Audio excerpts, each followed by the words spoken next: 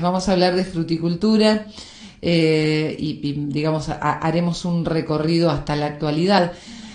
Aldo, ¿cuántas plantas se ponían, se plantaban por hectárea en la década del 70 y cuánto hoy, digamos, 50 años después? Bueno, mira, la pregunta no es compleja, pero a lo largo de la historia de la fruticultura nuestra y en el mundo ha pasado más o menos lo mismo. Los sistemas de conducción, que un poco son los que rigen las distancias de plantación y por supuesto la cantidad de plantas que se utilizan por hectárea, han cambiado enormemente.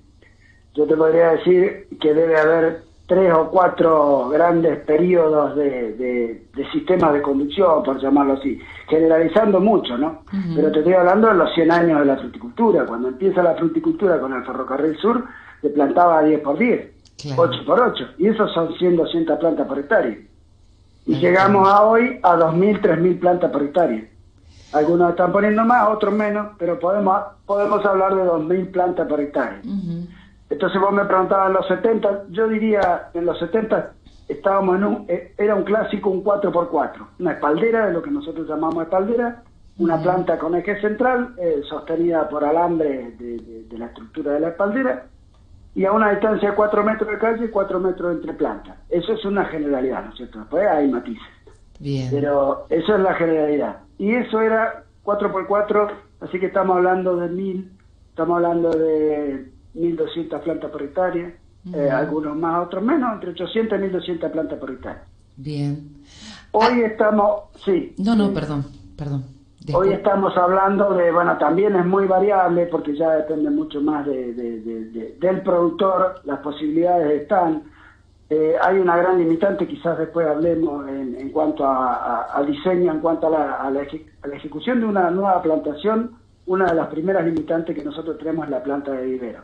Uh-huh. Pero, o sea, como calidad de planta de vivero. Pero bueno, después quizás toquemos el tema. Hoy te decía, estamos plantando, podríamos llegar a 350 por uno. Y ahí estamos teniendo 2.800 plantas por hectárea. Uh-huh. Quizás la generalidad de los productores estén haciendo 4 metros de calle por 1,5, depende. Por eso si es manzana se espera, por 1,5, por 2. Estamos hablando de 1.800, 2.000 plantas por hectárea más o menos. Así que como verás, el cambio es bastante importante. Uh-huh. Y es lógico que sea por una cuestión de modernidad de los sistemas, por distintos factores. Bien, ¿cuál es el objetivo de más plantas por hectáreas? Mira, el concepto lo que podríamos llamar el concepto de la alta densidad, que cuando hablamos de más de 2.000 plantas, si bien tampoco es muy alta densidad, pero estamos ya entrando en lo que se conoce en el mundo como alta densidad de árboles por hectárea. El concepto de la alta densidad es entrar antes a producir, o sea, precocidad en la entrada de producción. Esa es la base. Después tenemos, obviamente, con más plantas, con estos sistemas de conducción más modernos, con más plantas más cerca una de otra, la planta es más chica. Claro. Entonces, al ser más chica, tenemos menos uso de mano de obra, menos necesidad de usar mano de obra. Está bien. Que ahí después también vamos a hablar del tema de la maquinaria o de las ayudas mecánicas. Claro. Esos son los fundamentos principalmente ese, porque si vos me decís la producción final, una vez que la planta está establecida, da lo mismo o puede dar lo mismo un 8x8 que un 4x4 que un 350 por 1 en la producción final. Ahora, la entrada en producción es mucho más lenta de un árbol de los que se plantaban antes, un árbol grande, generalmente en manzana con portainjertos muy vigorosos, muy distanciados uno de otro.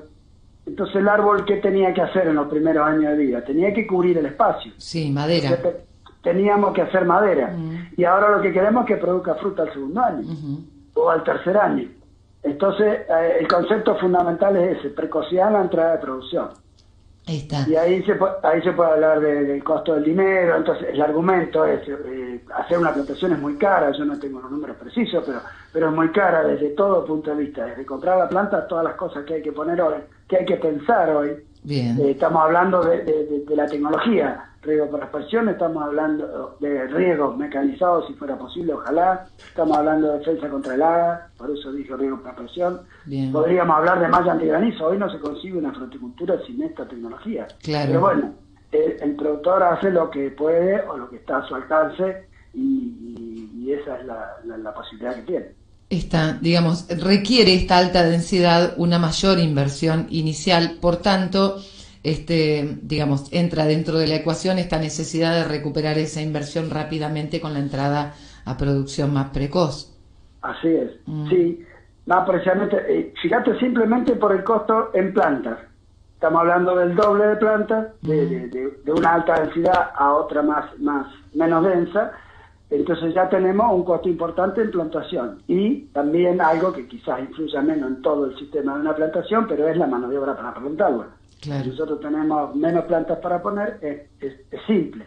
Claro. Después todo el resto podría ser, digamos, si vamos a aplicar.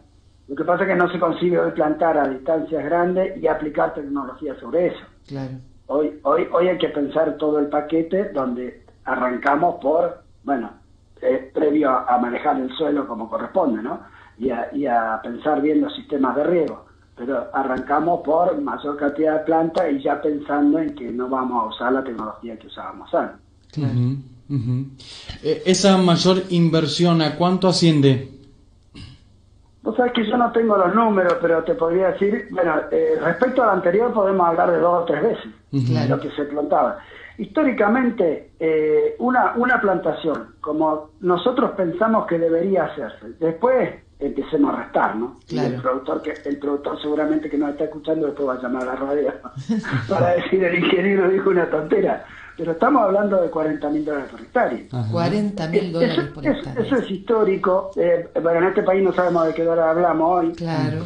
Hay 4 o 5 tipos, pero ponele, más o menos, estamos hablando, porque ya te decía, ojalá pudiéramos partir, además de un suelo bien trabajado, ojalá pudiéramos partir de una planta libre de gripos que no tenemos en Argentina, lo cual es una complicación.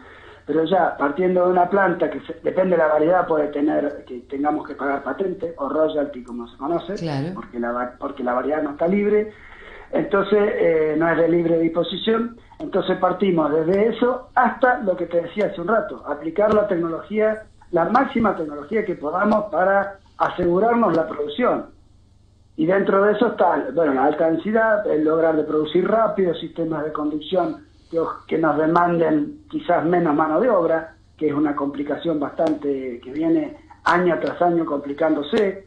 Creo que a futuro no va a ser el tema de la mano de obra, claro. El tema de la mano de obra, de conseguir la mano de obra, por distintos motivos, porque por cantidad y por calidad, claro, de la mano de obra, por competencia con otras actividades, etcétera, etcétera. Entonces nosotros estamos hablando de una inversión muy alta. Decíamos, ojalá riegos presurizados. Claro. Nosotros tenemos una situación, bueno, no sé, Río Colorado creo que no podría decir lo mismo, pero nosotros tenemos una situación de exceso de agua. Nosotros tenemos el Río Negro que mandamos 1.000 metros cúbicos al mar. Entonces, como el agua no es un problema, a pesar de que los productores en verano se quejan, bien, y algunos con justa razón porque no les llega, pero digamos, tenemos agua a discreción. Y eso ha sido contraproducente siempre, porque nosotros usamos un sistema que es ineficiente totalmente. Claro. El riego por inundación, de hecho, es más ineficiente que los presurizados. Y además, con un manejo bastante desordenado que hacemos, es totalmente ineficiente. Claro. Entonces, por eso decía, ojalá una nueva plantación podamos tener riego presurizado. Bueno, lo que dije, defensa de heladas, si podemos hacer la malla antigranizo, eso sería lo ideal. Y con atención de la planta los primeros años, que es lo que normalmente no se hace. Una planta, nosotros siempre decimos, salvando la enorme distancia, es como un niño, hay que conducirla. Claro. Nosotros tenemos que conducir la planta para el sistema de conducción que elegimos, el que sea, no importa. Nosotros elegimos un sistema de conducción, en base, acorde a eso, hacemos la plantación y hay que conducir la planta. Acá se ve en muchas chacras plantas puestas hace 2, 3, 4 años y están ahí llenas de yuyos, sin crecimiento. Eso es un costo enorme. Claro, es barato, pero sale caro. Claro. Porque de hecho ya de comprar las plantas es una inversión. Así que no tengo los números precisos, pero hacer una plantación como diría el vulgo, como Dios manda, tiene sus costos. Claro. Tiene sus costos y el reditúo es complejo. Depende un montón de factores, pero la comercialización fundamentalmente. Sí. Ahora, Aldo, ¿es posible, digamos, pensar en una inversión menor con sistemas de conducción de menor requerimiento de mano de obra, que es un problema, y de plantas por hectárea? Digamos, menor Sí, mano de obra y menor cantidad de plantas por hectárea, digamos, siempre pensando en la eficiencia, ¿no? hay una discusión que en realidad no sé si es una discusión porque no está planteada seriamente. Hay muchos que hacen esa pregunta que vos decís. Y la fruticultura es una actividad de alta demanda de inversión de capital y por supuesto de mano de obra, ¿no? Pero es una actividad de alta demanda de recursos, Claro. recursos sobre todo presupuestarios. Si nosotros queremos hacer las cosas medianamente bien. Ahora, si hay un productor familiar que trabaja él y su familia, que tiene asegurado el mercado, porque hay que ver también, acá es fundamental el mercado. A ver, el mercado me refiero, ¿qué hago con la fruta? ¿A quién se la vendo?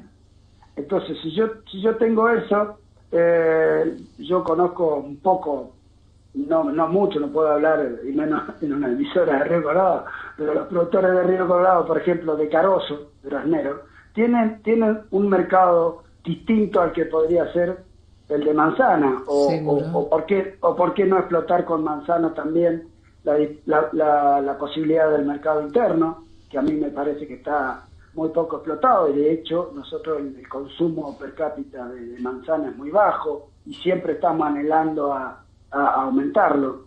Pero entonces te decía, si hay un productor familiar que puede trabajar él quizás y su familia, y no mucha gente contratada, y no una superficie grande, porque cuando la superficie es más grande se escapa, y buscarle la vuelta para que ¿Cuál cierre sería, el negocio. perdón, Aldo, cuál sería una superficie no muy grande que Sí, yo podría te diría atender un productor y el grupo familiar?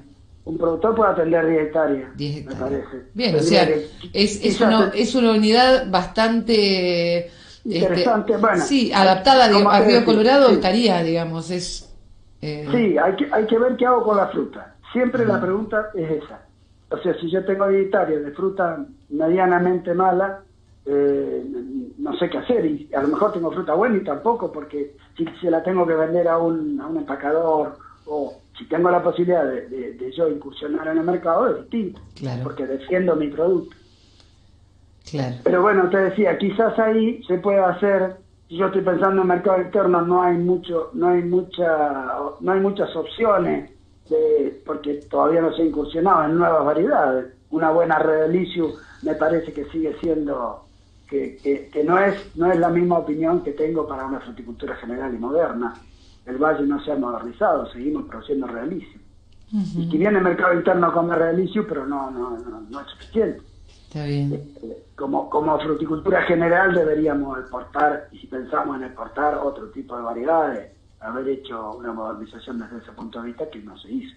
Está O si se intentó, fracasó. Hay distintos factores también que jugar. bien. Pero bueno, la discusión es, ¿hay una agricultura familiar que puede ser rentable?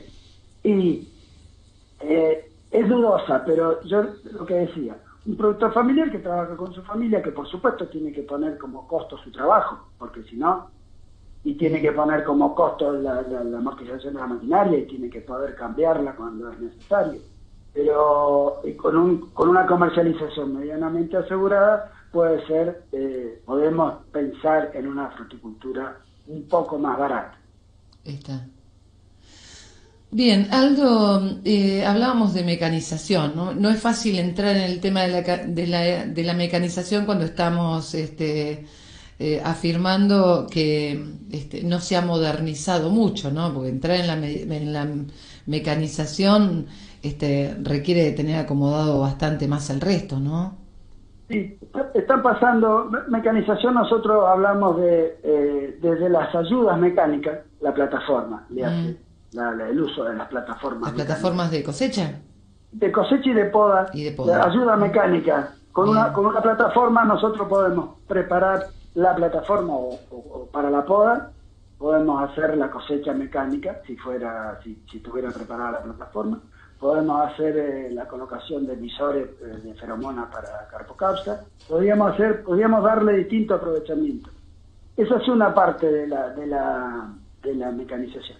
Y la otra ya, que ahora se está difundiendo mucho, por distintos motivos, pero uno fundamentalmente es mano de obra, es la podadora en sí, Ajá. la podadora mecánica. Ahora, como vos decís, nosotros no tenemos las plantaciones preparadas. Nosotros lo que estamos haciendo para la poda mecánica con la podadora, ya sea con sierra o con sierras circulares o con cuchillas, con cizalla que se llama, nosotros lo que estamos haciendo es adaptando las viejas plantaciones. Las espalderas, por supuesto, un monte libre no se puede, pero las espalderas, estas que yo te decía, un 4x2, un 4x3, un 4x4, esa espaldera se puede adaptar. ¿Qué es lo que se está haciendo? Porque nadie ha plantado para poda mecánica. Claro. No sé, hoy en día quizás las grandes empresas, porque ya están trayendo, hay muchas empresas, muchos productores medianamente grandes que están trayendo las podadoras. Hay muchas dando vuelta en el valle. Ajá. Pero hay una cuestión, acá hay una cuestión, en algunos lugares, la zona oeste del Alto Valle, hablemos de Chipoleti para el Chañar, no se consigue mano de obra porque están con el petróleo. Hay productores del Chañar que no. Sí. Entonces podamos con la máquina o directamente no podamos, porque no hay mano de obra, es imposible competir con el petróleo. Claro. No hablemos de esta situación de pandemia, ¿no? No, lógicamente. Que esto ha cambiado todo, o casi todo, pero digamos, el añelo, vaca muerta, para decirlo, para que todos nos ubiquemos, Sí. Funcionando, como se dice, a media rienda, es imposible competir con la demanda de mano de obra. Lógicamente, Entonces, y con hay los sueldos que pagan, ¿no? Y con los sueldos que pagan, tal cual. Entonces hay muchos productores, sobre todo medianamente empresarios, que tienen la posibilidad, han comprado máquinas. Porque ellos dicen, o paso la máquina aunque me quede feo o mal, o no puedo, porque no consigo gente. Pero bueno, el otro factor no es que la otra zona del valle esté bien. Decíamos al principio, el tema de la mano de obra es muy complejo. Este año que costó, bueno, que está costando ahora con la pandemia traer gente de otros lados, lo de la poda fue bastante crítico, no se conseguía gente, y esperemos que para la cosecha sigamos con las situaciones de todos los años, con grandes contingentes del norte del país que vienen a ayudarnos a levantar la cosecha, porque no se consigue mano de obra. Entonces la podadora mecánica viene a solucionar un problema, se hace un complemento, el que la tiene, normalmente las empresas, pasan con la plataforma, con operarios a mano, pero en la plataforma mucho más rápido, con tijeras neumáticas cortando ramas más gruesas y ordenando un poco la plantilla. Atrás viene la máquina en sí, cortando lo que se cruce, porque la máquina corta. Y la idea cuando uno implanta un monte frutal nuevo, pensando en la poda mecánica, lo que se hace en Europa, ya está preparado para lo que llamamos un muro frutal, o sea, una pared de punta a punta de la espaldera, digamos, de la Claro. Entonces podado con una máquina, como si fuera una vitrina en el jardín de la casa. Bueno, pero bueno, esas cosas son medianamente caras, aunque no tengo los números. Si quieren otro día pueden hablar con la gente que está con los números también en el Alto Valle. No tengo los números porque la podadora es cara, pero yo quizás la amortizo en 2 años, la puedo pagar en 2 años. Hay que sacar esta cuenta. Tal cual. Y lo que yo les contaba a la gente que no consigue mano de obra ni siquiera hace la cuenta. No le queda otra opción. No le queda otra opción, no tiene otra, porque no se consigue mano de obra. Está bien. Entonces, pero sí, ojalá el futuro de la fruticultura vaya para esos lados. Está. Bien. Bien, Aldo, ¿algo más para agregar sobre este tema? No, podríamos hablar del día entero de fruticultura, pero un tema que me apasiona, pero sabés que yo te decía cuando empezamos el programa, estamos hablando muchas veces de lo mismo. Y esas cosas a veces, ¿por qué no podemos avanzar? Bueno, esto que yo te decía, el recambio varietal, modernizarnos en la estructura productiva. Nosotros tenemos una estructura productiva obsoleta. El mundo está pasando por otras variedades, sobre todo en manzana, en pera podríamos decir que todavía el clima nos da una gran mano y nosotros tenemos unas condiciones agroclimáticas para el excelente, claro. Pera William, excelente. Pero también hay otras variedades, no tanto, pero manzana. En el mundo consumen manzana Brasil, por suerte que lo tenemos al lado, y a pesar de todo hemos perdido el mercado por otras cuestiones, ¿no? Y Rusia, y no sabemos qué hacer con las redelicias, o sea, tenemos mercado interno es un buen mercado, bien trabajado es un buen mercado, el mercado de precios, la calidad se paga, eso los productores lo saben bien, la calidad de una buena redelicia se paga, y hay una diferencia con una de primera o una de segunda, Pero nosotros con la exportación deberíamos pensar en otras variedades, en tener otras posibilidades, y no las tenemos. Bien. No las tenemos y nos hemos quedado. Bien. Y nos hemos quedado en muchos otros temas. Simplemente yo me pregunto, estos últimos años, nosotros teníamos 40.000 hectáreas bajo feromona de confusión para carpocaso. Y hoy estamos peleando porque tenemos problemas con carpocaso. Claro. Entonces, eso venimos hablando antes de los 25 años que decías vos. Sí, tal cual. Vos lees un boletín del INTA de hace 50 años y hablábamos de carpocaso. Sí. Y de los problemas que traiga la carpocaso. Y hoy sí, estamos también. tal cual. Y Brasil lo por no cierra la frontera. Bueno, sí. no es que no se quiera hacer, hay muchos productores que no pueden poner la feromona, es todo muy complejo, pero es el sector el que está, a mí me parece que deberíamos repensar la fruticultura y sentarnos todos los sectores. Sí, una discusión de fondo, claro. Una discusión de fondo y en serio, no con chicaneada, por decirlo de alguna manera. Bien.